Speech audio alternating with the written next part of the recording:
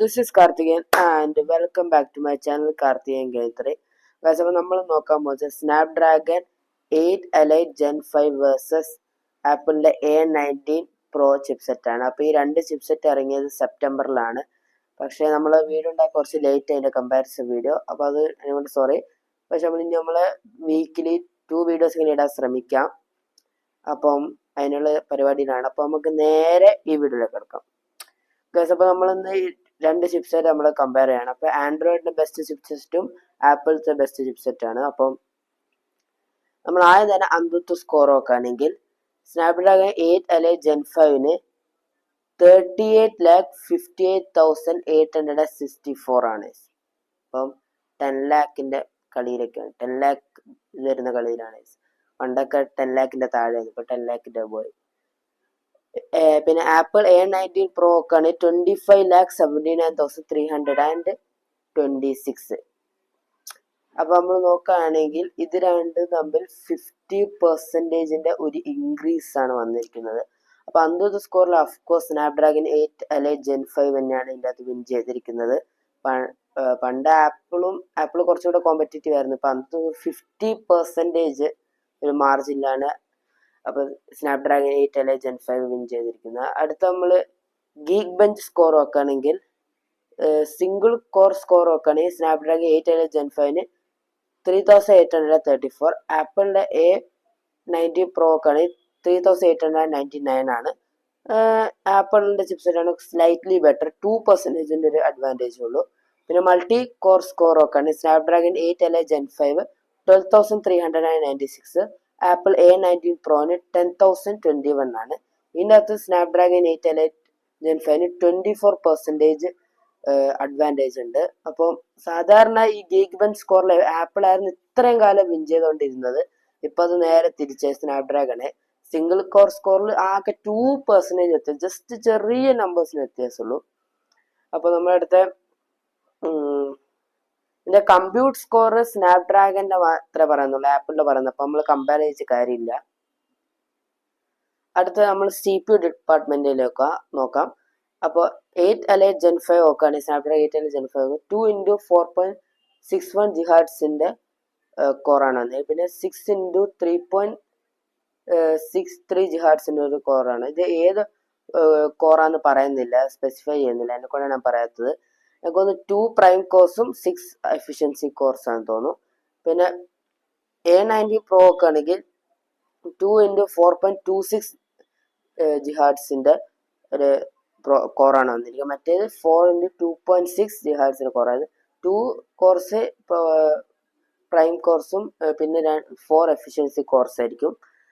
അടുത്ത നമ്മൾ സ്നാപ്ഡ്രാഗണിൻ്റെ അകത്ത് തന്നെ വിൻ ചെയ്യുക, കാരണം കൂടുതൽ അവർ കുറച്ചുകൂടെ ക്ലോക്ക് സ്പീഡ് കൂടുതലാണ്. അഥവാ തന്നെ സ്നാപ്ഡ്രാഗൺ മൊത്തത്തിൽ 8 കോഴ്സ് ഉണ്ട്. ആപ്പിൾ A19 Pro-നാകെ 6 കോഴ്സേ ഉള്ളൂ. പിന്നെ ഫ്രീക്വൻസി നോക്കുകയാണെങ്കിൽ അതും ഇതിൻ്റെ അകത്ത് തന്നെയാണ് കൂടുതൽ. സ്നാപ്ഡ്രാഗൺ 8 Elite Gen 5 തന്നെയാണ്. 4610 MHz ആണ് Snapdragon 8 Elite Gen 5. A19 Pro നോക്കുകയാണെങ്കിൽ 4260 MHz ഉള്ളൂ. അപ്പൊ അതിൻ്റെ അകത്തും സ്നാപ്ഡ്രാഗൺ തന്നെയാണ് ഓവറോൾ വിന്നർ. അടുത്ത ഗ്രാഫിക്സ് നോക്കുകയാണെങ്കിൽ ഡിപ്പാർട്ട്മെന്റ് നോക്കുകയാണെങ്കിൽ സ്നാപ്ഡ്രാഗൺ 8 Elite Gen 5 അഡ്രിനോ 840 ആണ്. A19 Pro നോക്കുകയാണെങ്കിൽ ആപ്പിൾ A19 Pro GPU ആണ്. പിന്നെ GPU ഫ്രീക്വൻസി നോക്കുകയാണെങ്കിൽ സ്നാപ്ഡ്രാഗൺ 8 Elite Gen 5 1200 MHz ആണ്. A19 Pro 1620 MHz ആണ്. അപ്പോൾ ഇതിൻ്റെ അകത്ത് ആപ്പിൾ തന്നെയാണ് വിൻ ചെയ്തിരിക്കുന്നത്. പിന്നെ 8 Elite Gen 5 ഷെയ്ഡിങ് യൂണിറ്റ്സ് ആണ് 512 ആണ്. ഷെയ്ഡിങ് യൂണിറ്റ്സ് ജസ്റ്റ് ഒന്നുമില്ല, നമ്മൾ 3D ഗ്രാഫിക്സ്, അതിന്റെ ലൈറ്റ് മോഡലിംഗ്, അതിന്റെ പല വെർട്ടിക്സ് അതൊക്കെ ചെയ്യുന്ന ഒരു കോംപ്ലക്സ് ആയ സംഭവമാണ് ഷെയ്ഡിങ് യൂണിറ്റ്സ്. അത് 512 ആണ് 8 Elite Gen 5. A19 Pro ഒക്കെ 128 മാത്രമേ. അപ്പൊ അതിൻ്റെ അകത്തും സ്നാപ്ഡ്രാഗൺ തന്നെ വിൻ ചെയ്യുക. ടോട്ടൽ ഷെയ്ഡേഴ്സ് യൂണിറ്റും അതേപോലത്തെ ഒരു വേറെ സംഭവം തന്നെയാണ്. അതിന്റെ സ്നാപ്ഡ്രാഗൺ 8 Elite Gen 5 ഒക്കെ 1536 ഉണ്ട്. A19 Pro-ലാകെ 768 ഉള്ളൂ. അപ്പൊ അതിൻ്റെ ടോട്ടൽ ഷെയ്ഡേഴ്സിലും സ്നാപ്ഡ്രാഗൺ തന്നെയാണ് വിൻ ചെയ്തിരിക്കുന്നത്. പിന്നെ ഫ്ലോപ്സ്, അത് ഫ്ലോട്ടിംഗ്. അപ്പോൾ ഫ്ലോപ്സ് ആണ് floating points operations per second ആണ്. സംഭവം എന്ന് വെച്ചാൽ ഇത് ഹൈ കോംപ്ലക്സ് ഡെസിമൽ കാൽക്കുലേഷൻസ് ഒക്കെ ചെയ്യാൻ വേണ്ടിയിട്ടുള്ള സംഭവമാണ്. അപ്പോൾ അത് സ്നാപ്ഡ്രാഗൺ 8 Gen 5 നോക്കുകയാണെങ്കിൽ 3686.4 ജിഗാ ഫ്ലോപ്സ് ആണ്. A90 Pro ഒക്കെ ആണെങ്കിൽ 2488.3 ജിഗാ ഫ്ലോപ്സ് ഉള്ളൂ. അപ്പോൾ ഇതിൻ്റെ അകത്തും സ്നാപ്ഡ്രാഗൺ 8 Gen 5 തന്നെയാണ് വിന്നർ. പിന്നെ AI ആക്സിലറേറ്റർ ഉണ്ട്, എന്നുവെച്ചാൽ NPU ന്യൂറൽ പ്രോസസ്സിംഗ് യൂണിറ്റ്. അതിൻ്റെ അകത്തൊന്നും ജസ്റ്റ് ഒന്നും അവർ സ്പെസിഫൈ ചെയ്യിച്ചില്ല. പിന്നെ മെമ്മറി യൂണിറ്റ് നോക്കുകയാണെങ്കിൽ രണ്ടിനും LPDDR5X ആണ്. സ്നാപ്ഡ്രാഗൺ 8 Gen 5 5300 MHz ഉണ്ട്. A90 Proനാകെ 4800 MHz ഉണ്ട്. അപ്പം മെമ്മറിയിൽ ഫ്രീക്വൻസിയിലും 8 Gen 5 വിൻ ചെയ്തിരിക്കുന്നത്. പിന്നെ ഇമേജ് സിഗ്നൽ പ്രോസസ്സിംഗ് അല്ലെങ്കിൽ ISP മൾട്ടിമീഡിയ അങ്ങനെയൊക്കെ പറയും. അപ്പോൾ ആദ്യം നമ്മൾ storage type UFS 4.0 UFS 4.1 Snapdragon 8 Gen 5 support ചെയ്യും. ആപ്പിൾ A19 Proന് NVMe എന്ന് പറഞ്ഞ സെറ്റപ്പാണ്. പിന്നെ മാസ് ഡിസ്പ്ലേ റെസൊല്യൂഷൻ ആപ്പിളിൻ്റെ തന്നെ പറഞ്ഞില്ല, അപ്പോൾ നമ്മൾ കമ്പയർ വെച്ച കാര്യമില്ല. 8 Gen 5 1x320 മെഗാപിക്സലുള്ള ക്യാമറ സപ്പോർട്ട് ചെയ്യാൻ പറ്റും. ആപ്പിളിനാകെ A90 Proനാകെ 1x14 മെഗാപിക്സൽ. ഇത്ര മെഗാപിക്സൽ കൂടിയിട്ടൊന്നും കാര്യമില്ല, കാരണം ആൻഡ്രോയിഡ് എന്തായാലും മെഗാപിക്സൽ കൂട്ടി വരുള്ളൂ. ആപ്പിൾ ഈ 48 മെഗാപിക്സൽ ചിലപ്പോൾ അറിയില്ല, അടുത്ത വർഷം ഇനി മാറ്റുമെന്ന് അറിയില്ല. അപ്പോൾ അവർക്ക് അത്ര മതിയായിട്ടായിരിക്കും അവർ 14 മെഗാപിക്സൽ കൊടുത്തത്, അല്ലെങ്കിൽ അവർക്ക് കൂടുതൽ കൊടുക്കായിരുന്നു. പിന്നെ വീഡിയോ ക്യാപ്ചർ അത് 8K 60 FPS 4K 120 FPS 8 Gen 5 പറ്റും. പക്ഷേ A90 Proനാകെ 4K 120 FPS video capture പറ്റുള്ളൂ. പിന്നെ വീഡിയോ പ്ലേ ബാക്ക് നമുക്ക് കാണുന്നത് അത് Snapdragon 8 Gen 5 8K 60 FPS 4K 120 FPS. അത് A90 Pro ആണെങ്കിൽ 4K 120 FPS അത്ര പറ്റുള്ളൂ. ഇതിൻ്റെ അകത്തും മൾട്ടിമീഡിയ അല്ലെങ്കിൽ image signal processing clear winner Snapdragon 8 Gen 5 തന്നെയാണ്.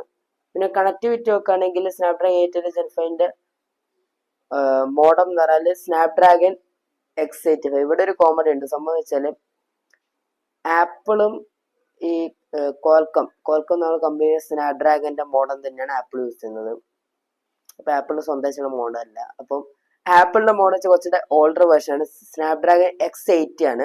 8 Gen 5 X85 ഉണ്ട്. അപ്പൊ ഇതിൻ്റെ അകത്തും കണക്ടിവിറ്റിയിലും ഇത് തന്നെയാണ് 8 Gen 5 ആണ് വിന്നർ. പിന്നെ ഡൗൺലോഡ് സ്പീഡ് അപ്ലോഡ് സ്പീഡ് ആപ്പിളിന്റെ ഒരു ക്ലാരിഫൈ ചെയ്യിച്ചില്ല, അതിനെക്കൊണ്ട് നമുക്ക് പറയാൻ പറ്റില്ല. രണ്ടിനും Wi-Fi 7 ഉണ്ട്, രണ്ടിനും Bluetooth 6.0 ഉണ്ട്. അപ്പൊ ഇത്രയുള്ള നമ്മൾ ഇന്നത്തെ കമ്പാരിസൺ വീഡിയോ.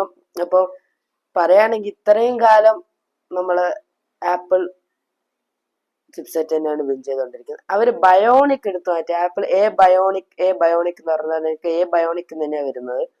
അത് മാറ്റിയ ശേഷം തൊട്ട് അവരിപ്പോൾ ഫോം ഭയങ്കര ബാഡാണ്.